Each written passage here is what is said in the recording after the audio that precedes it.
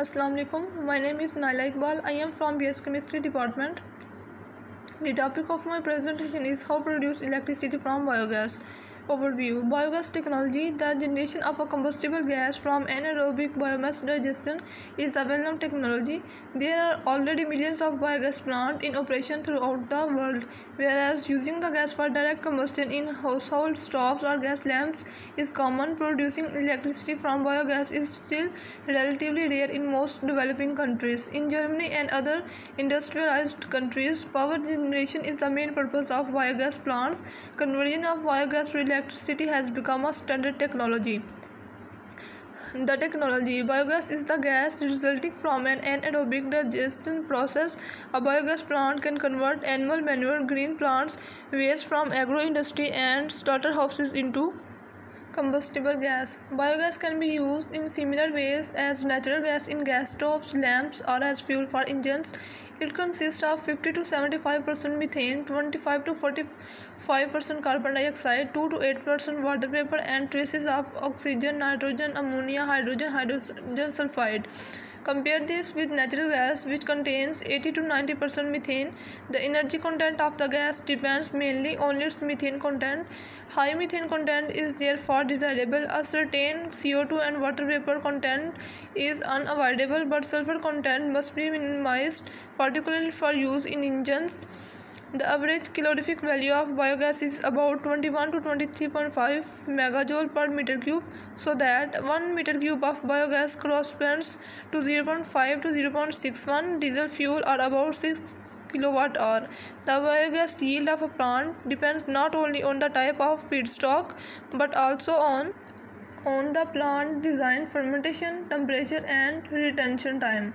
Gas production figures: if the daily amount of available dung is known, gas production per day in warm tropical countries will approximately correspond to the following values: 1 kg cattle dung 40 liters biogas, 1 kg buffalo dung 30 liters biogas, 1 kg pig dung 60 liter biogas, 1 kg chicken droppings 70 liter biogas. Some additional facts: each kilogram of biodegradable material yields 0.4 meter cube of gas. Gas lights consume about 0.1 meter cube of gas in 1 hour. Conversion to electricity: theoretically, biogas can be converted directly into electricity by using a fuel cell. However, this process requires very clean gas and expensive fuel cells. Therefore, this option is still a matter for research and is not currently a practical option. The conversion of biogas to electric power by a generator setup is much more practical. In contrast to natural gas, biogas is characterized by a high knock resistance and hence can be used in combustion motors with high compression rates. In most cases, biogas is used as fuel for combustion engines, which convert it to mechanical energy, powering an electric generator to produce electricity. The design of an electric generator is similar to the design of an electric motor. Most generators produce alternating AC electricity, therefore also called alternators or dynamos. Appropriate gas electric generators are available in all sizes. The technology is well known and maintenance is simple. In most cases, even universally available three-phase electric motors can be converted into generators. Technologically far more challenging is the first stage of the generator set, the combustion engine using the biogas as fuel. In theory, biogas can be used as fuel in nearly all types of combustion engines, such as gas engines, diesel engines, gas turbines, and Stirling motors, etc. Appropriate combustion engines: external combustion engines, Stirling motors. In such motors, biogas is combusted externally, which in turn heats the Stirling motors through a heat exchanger. The gas in the Stirling motor hence expands and thereby moves the mechanism of the engine. The resulting work is used to generate electricity. Stirling motors have the advantage of being tolerant of fuel composition and quality. They are, however, relatively expensive and characterized by low efficiency. Their use is therefore limited to a number of very specific applications. In most commercially run biogas power plants today, internal combustion motors have become the standard technology, either as gas or diesel motors. Internal combustion engines, diesel engines. Diesel engine operate on biogas only in dual fuel mode. To facilitate the ignition of the biogas, a small amount of ignition gas is injected together with the biogas. Modern pilot injection gas is injected. Engines need about 2% additional ignition oil. Almost every diesel engine can be converted into a pilot injection gas engine. These motors running in dual fuel mode have the advantage that they can also use gas with low heating value, but in that case they consume a considerable amount of diesel, up to engine size of about 200 kilowatt. The pilot injection engines seem to have advantages against gas motors due to slightly higher efficiency, 3 to 4% higher, and lower investment cost. Gas motors.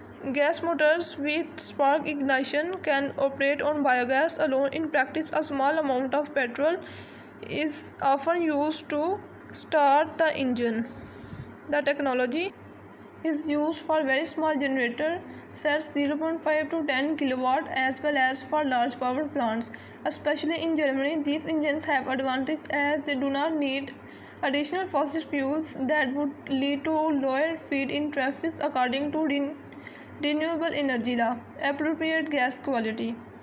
For using engine or gas or diesel engines, the gas must fulfill certain requirements. The methane content should be as high as possible, as this is the main combustible part of the gas.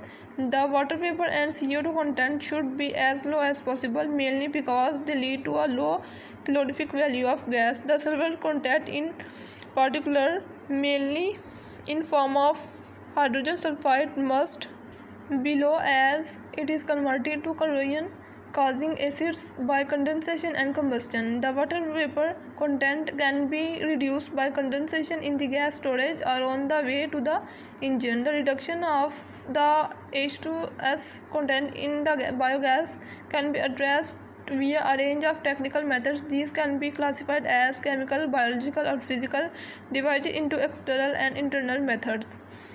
Favorable temperature for methane generation. The time period for which material can be kept in digester depends on the temperature of the digester. 50 degrees needed for holding the material slurry or organic waste for 2 weeks, while at 15-degree temperature it can be prolonged for 2 months. Average is about 1 month. Gauge the amount of material kept in the digester per day and then multiply by 30 to calculate the size of digester. Anaerobic digestion occurs in the temperature range of 0 degree to 65 degree. The optimum temperature for methane production is 29 to 35 degree, as in this range microbial activity takes place. Little gas production occurs below 16 degree. pH. Here is the graph pH versus day.